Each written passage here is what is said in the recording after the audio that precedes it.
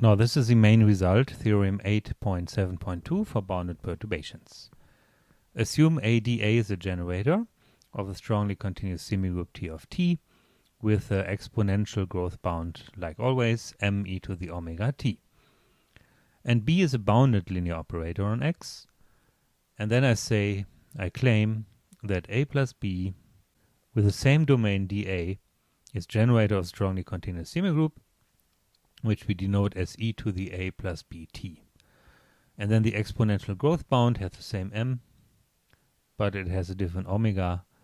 So now it's omega plus m times the norm of B, and the norm of B is bounded because B is a bounded operator.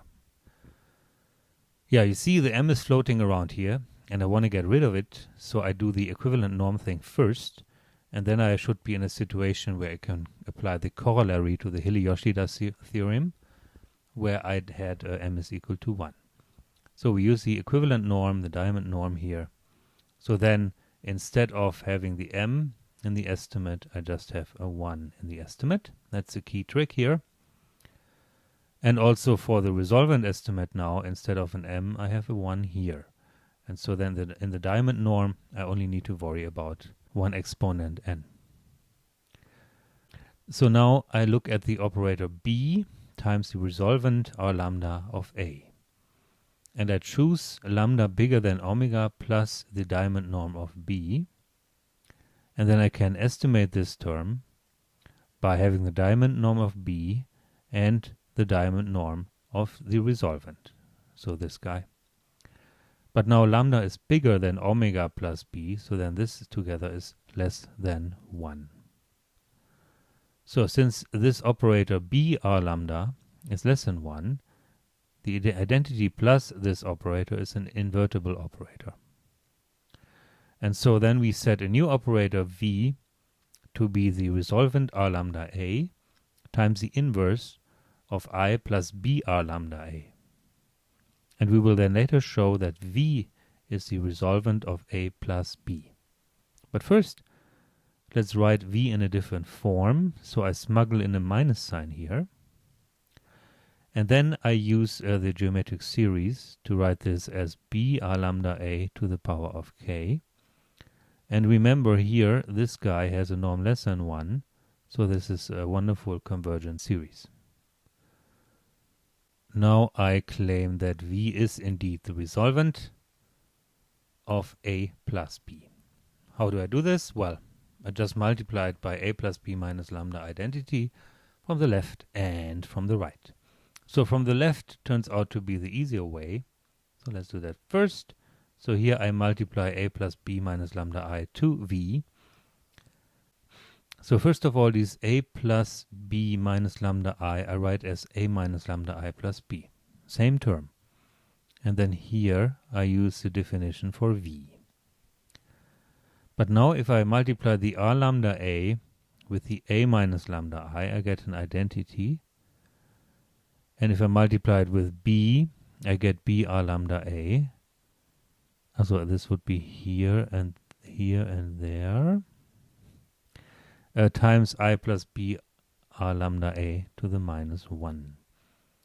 And so then we can factor out identity plus B R lambda A, and we keep the common factor 1 plus B R lambda A inverse, and together this is the identity. It's a little bit difficult to narrate such an equation. This would be actually really easier done if I write it down on the board. Okay, and similar for the next one. So to do the reverse, V times A plus B minus lambda I apply this to X and then use the Neumann series stuff. And this is a kind of a cool proof. Let's see if we can get this across. So I use the Neumann series, and the other bit I write again in this other form, A minus lambda I plus B. And then I first take out the K is 0 term. So if K is 0, what happens? So then this whole bracket minus B R lambda to the K will be equal to the identity. And then I have a resolvent R lambda A multiplying with A minus lambda I. So together it's the identity giving me the X. If I multiply the r lambda a to the bx, then I get r lambda a bx. So this is the k is 0 term. And then we continue with the k is 1 terms, just writing down what we had before unchanged. Okay. So then I leave the first two parts unchanged and I go to the sum and I write it out. So we always have minus b r lambda a to the k. So this will be minus b times r lambda a times minus b times r lambda a times minus b times r lambda da da da da da da da. And the first one is an r lambda a. Then comes a product of this form, another one, k times. And the last term then is an r lambda a times a minus lambda ix from here, or r lambda a times bx from there. So we split it up into two sums and we write it out k times, how often it arises, because we want to see the relation of the last two terms. Here r lambda a times a minus lambda I is the identity, so we get minus r lambda a times b to the k applied to x. In the other one though, the last term is an r lambda a b term. Not minus b, but just b. So to get this into a minus b, I smuggle in a minus sign at the very front. And then I can summarize this to be the sum of minus r lambda a b to the k. Okay, so now these two series are the same, except the first entry, the k is 1 entry, which is missing in the second one, but it is here. So this is also a kind of a k of 1 entry, which then cancels the k is 1 entry in the first sum. So after doing all this math, we obtain x, meaning v times a plus b minus lambda I is the identity. Yahoo! So then we have it. So then the resolvent of the lambda resolvent a plus b is v. So then the norms can be estimated. Okay, let's go through this as well. So here I use the definition of v in the diamond norm. The resolvent is bounded by 1 divided by lambda minus omega. And this term we use a Neumann series, which we then can write out in the diamond norm as b to the k, r lambda a to the k. R lambda a is again bounded by lambda minus omega to the k. And so we get a geometric series, which we then can solve, and we get this result here. So then we also obtain a new omega, which is a combination of omega and b in the diamond norm. So this means now we are ready for the corollary to the Helios-Didas theorem, where we have m as 1, so we only need to check one resolvent estimate, which we have right here where my check mark is.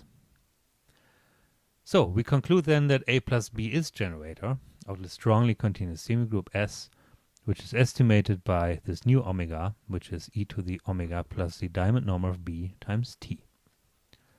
And writing this back into the original norm, this gives us our m back. So then we have S is bounded by m, e to the omega m b t. Yeah, so this is, I don't think it's an elegant proof. I think it's a rather technical proof where you work around with all these resolvents. But here you have it. That's how life is. A few comments. There's also a nice relation between the two semigroups. So the semigroup S solving the whole thing, and the semigroup T is just being e to the at.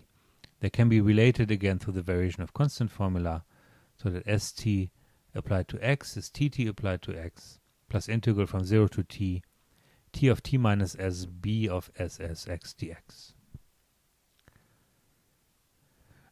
Another comment is about the shift in the norm. So it's a very useful trick since we get rid of the constant m, which I explained a few times in the Helios-Didas theorem. So if you would continue using the theory, you would actually really want to work in the diamond norm as often as you can. Now, let's look here at a beautiful example. And this is something I would think at the beginning of class or so, you would not have thought to be able to solve something like this. So here we go, which is an integral PDE. So we have a diffusion-like equation, ut is d Laplace u plus an integral kernel k of xy u of y t dy. Dirichlet boundary condition equal to 0. The kernel is larger or equal to 0. It is L2 integrable. And the integral over the first variable x is equal to 1. Okay?